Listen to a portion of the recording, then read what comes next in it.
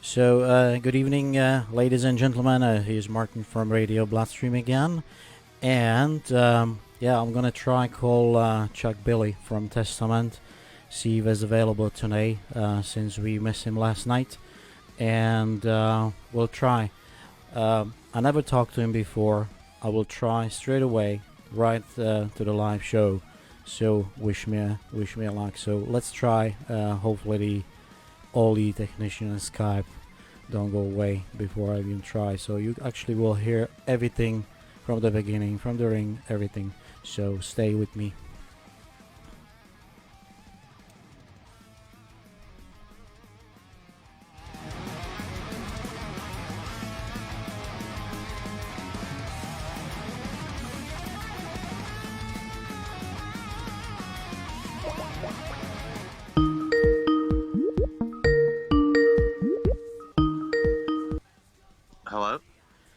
Hello, Chuck Billy. Yes. This is Martin from Radio Bloodstream. How are you?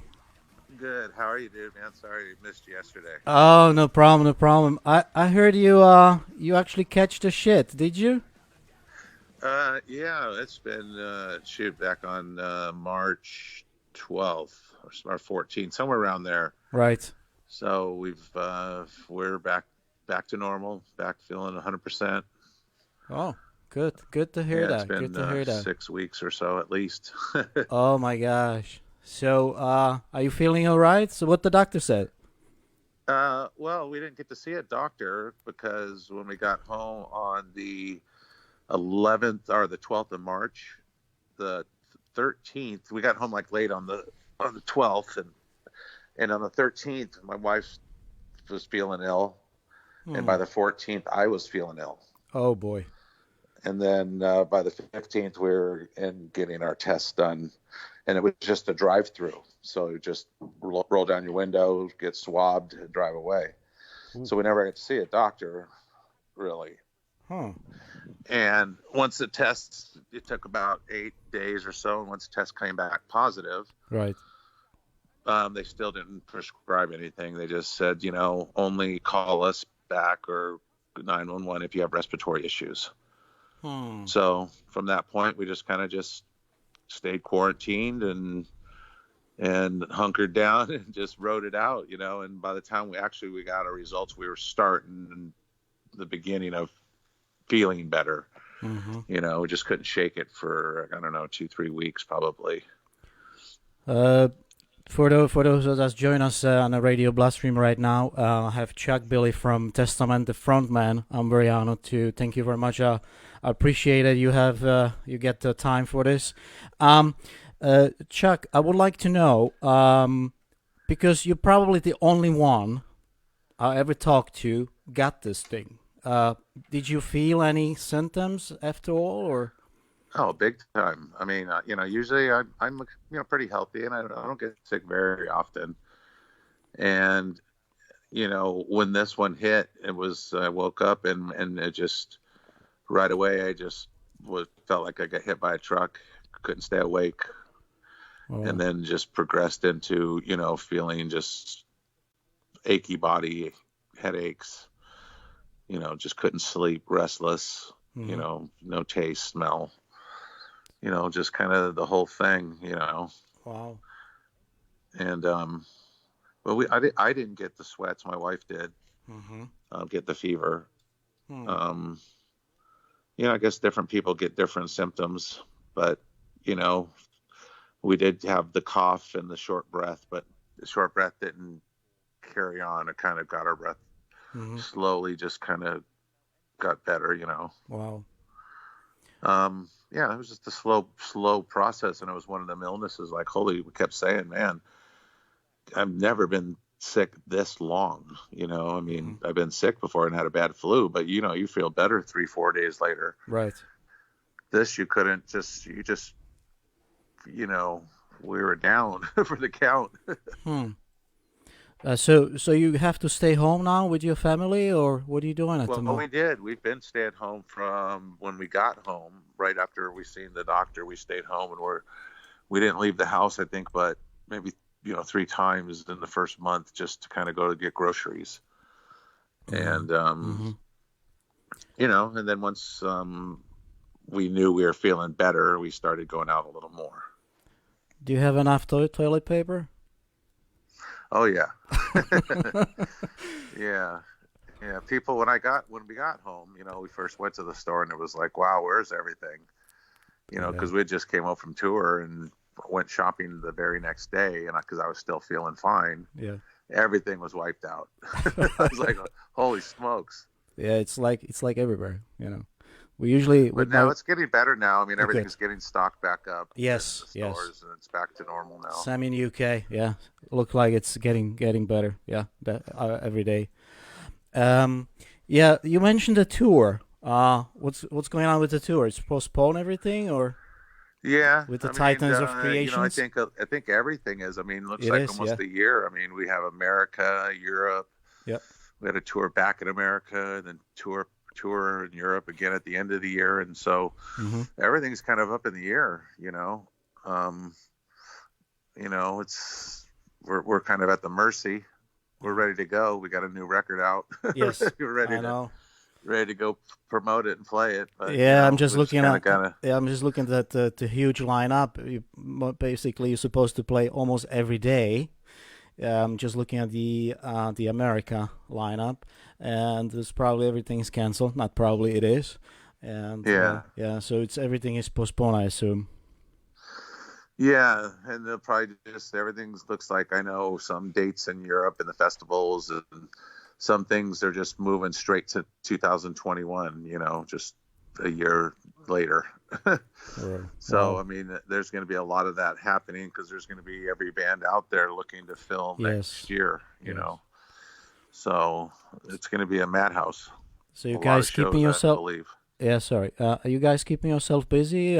Maybe creating another album, maybe or something. I don't know. Well, Eric's writing. I talked to him the other day, and he said he's actually been on playing a lot of guitar and writing riffs, and he says he's maybe got a song or two he's ready to go. And I mean, we'll probably definitely listen to it, get it ahead of the game, but no plans to start anything. I think for this record, there's still some things we can probably Yeah. explore Yeah. to market and promote this record. Mm-hmm. Either more videos or some playthroughs of the record, or we'll see. We're talking about some things and Mm-hmm. possibilities. I was just watching the video clip for the Children of the Next Level. What Yeah, was the reason for it's like a cartoon movie? You don't want to. yeah. What Well, was I behind it? knew that song would be a good animated story, first of all, but truth be told, is we were very busy. We recorded the record, mixed it, went on the tour, and Mm-hmm. really had no time to shoot a video Oh, I see. with all the band. And also, we'd done so many of those performance videos. It's just like, okay, another one of those. And I thought, let's try something different. And okay, this is the perfect opportunity. Since we don't have Yeah. time, let's try an animated one. And I seen this guy's work, and I really liked it. And I thought that story of Heaven's Gate would be a good animated story. Right. And we kind of sent him the lyrics and the music, talked for a minute, and just kind of said, go ahead, have at it. Kind of threw him my ideas on what my thinking was through the lyric, and then let him have at it. And he did a great job interpreting it pretty good. So who's actually writing songs and do the lyrics in a testament? What's that? Who's actually responsible for the music and for the lyrics in testament? Who's actually doing it? Well, Eric was writing most of the music, um, and myself, I work with Steve Zetro from Exodus and Del James, a friend of mine I've been working with over 20 years, Mm-hmm. um, collaborating on lyrics. Oh, cool. And, you know, same thing. And, I write some of my own, but most of the time I'm working with them. So the children of the next level, was there any meaning? It was Yes. like Well, it's a story about Heaven's Gate cult, in San uh Diego, uh-huh. where they all dressed in black and Adidas, and they all were waiting for the comet Bebop to come down and land, and they were all going to board it and take off to the next level of human existence. Mm-hmm. And Okay. they all committed suicide, Mm-hmm. you know, Mm-hmm. dressed in black and put little purple drapes over them as they died, and thought they were going to the next level. Mm. So, it was just a kind of a creepy story about that Heaven's Gate cult, and I thought it'd make that, the children of the next level was basically his, basically his cult, his people that they were teaching, because they were like actually going to class and raising these kids and teaching them this stuff and making them believe, Wow. that this was reality. Wow. So there was actually something happened, really. Yeah, That's something you Heaven's Gate. experienced. Yeah. Wow. Wow. Very interesting. Um, so the another song we are spinning on Radio Bloodstream is the City of Angels. Yeah. Wow. Cool. Has something to do with the L.A.? Well, it has to do with the Night Stalker. Uh-huh. Um, Richard Ramirez, the Night Stalker. Okay. He tormented basically California, Bay Area, LA. Mm-hmm. And that one's actually kind of an unusual story about that song, because that song, I actually never wanted it to be on the record, actually. Mm. I at first felt that it didn't fit the profile of the rest of the songs. We wanted a little more thrashy record. And it was, Uh-huh. when I first heard it, it was very long and Uh-huh. real repetitive. And I was just kind of like, I don't know. But my friend Dell, I wrote lyrics with in LA, heard it and had some lyrics already written. And I listened to it and I'm like, man, these fit perfectly. And it was a good story and it made sense. And I kind of went into the studio a couple of days later with the lyrics. Yep. And I actually found myself using a new texture, another different voice when I came in the first verse. Mm-hmm. And it's like, it found me pushing myself to try something new and different, so I thought that song was kind of special because it really pushed us out of my comfort zone. But in the end, it ended up coming be really one of the better songs. I like it. I like the song. It's a nice example of a thrash metal kind of style music.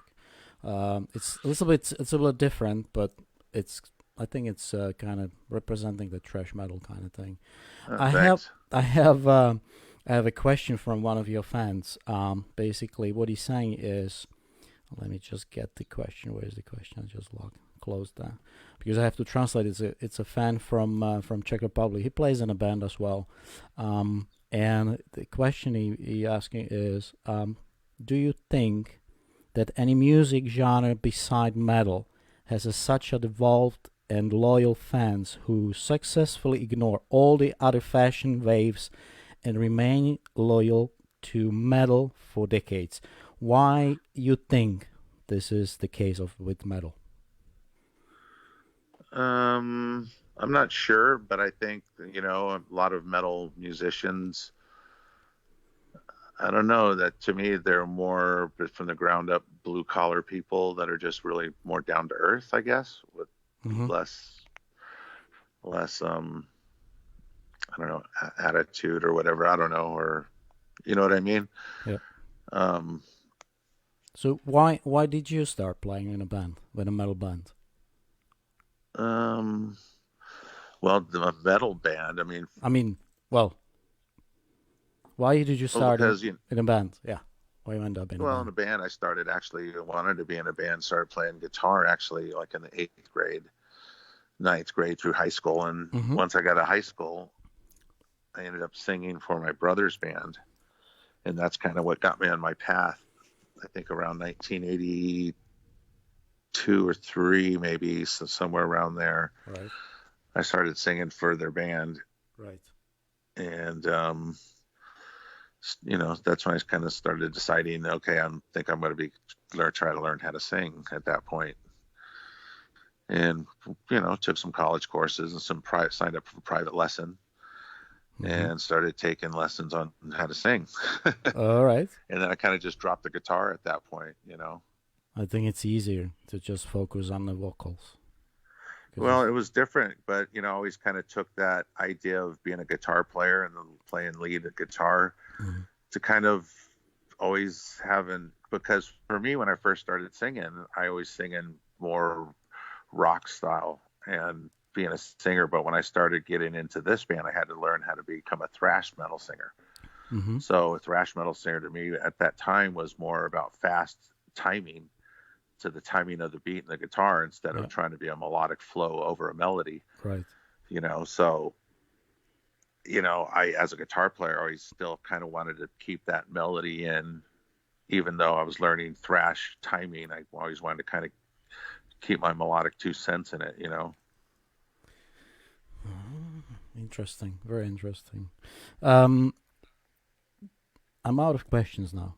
Your favorite drink? What do you drink if you drink? Well, I don't drink alcohol anymore, but I was You always don't? a big Jack Daniels fan, Oh, okay. that used to be my drink. So, do you have any sins then? Smoke? Oh yeah. It's funny. I don't smoke anymore on tour, but it just makes me perform better and keep stronger. But once I get home, I'm out of my mind. I actually start smoking with this lockdown because I have to stay home for a month now, and as I got bored, love it. I start smoking. Just smoking, so Love it. Yeah. yeah. And out here in California, they can deliver it right to your house. Really, the cigarette? Yep. Really? Yeah. Oh boy. Yeah. What age you have to be? 24? 18. 18. Really? Because it's legal here now. Oh, really? Because I grew up. I lived in Chicago for 11 years. Yeah, it's not legal there yet, I don't think. And you have to be, I think, 23 or 24 to get ciggy. Is it medical, probably, then? I don't know. So, yeah. Anyway, so, all right. Thank you very much. I don't think I have more questions for you. Chuck Billy on Radio Bloodstream Live with us. And mate, stay safe, stay healthy. Good luck with all your band and family. And hopefully we see you on a tour soon, mate. All right. Thank you so much for having me. Thank you. Thank you very much. Bye. Talk to you later. Cheers. Bye-bye. Bye-bye.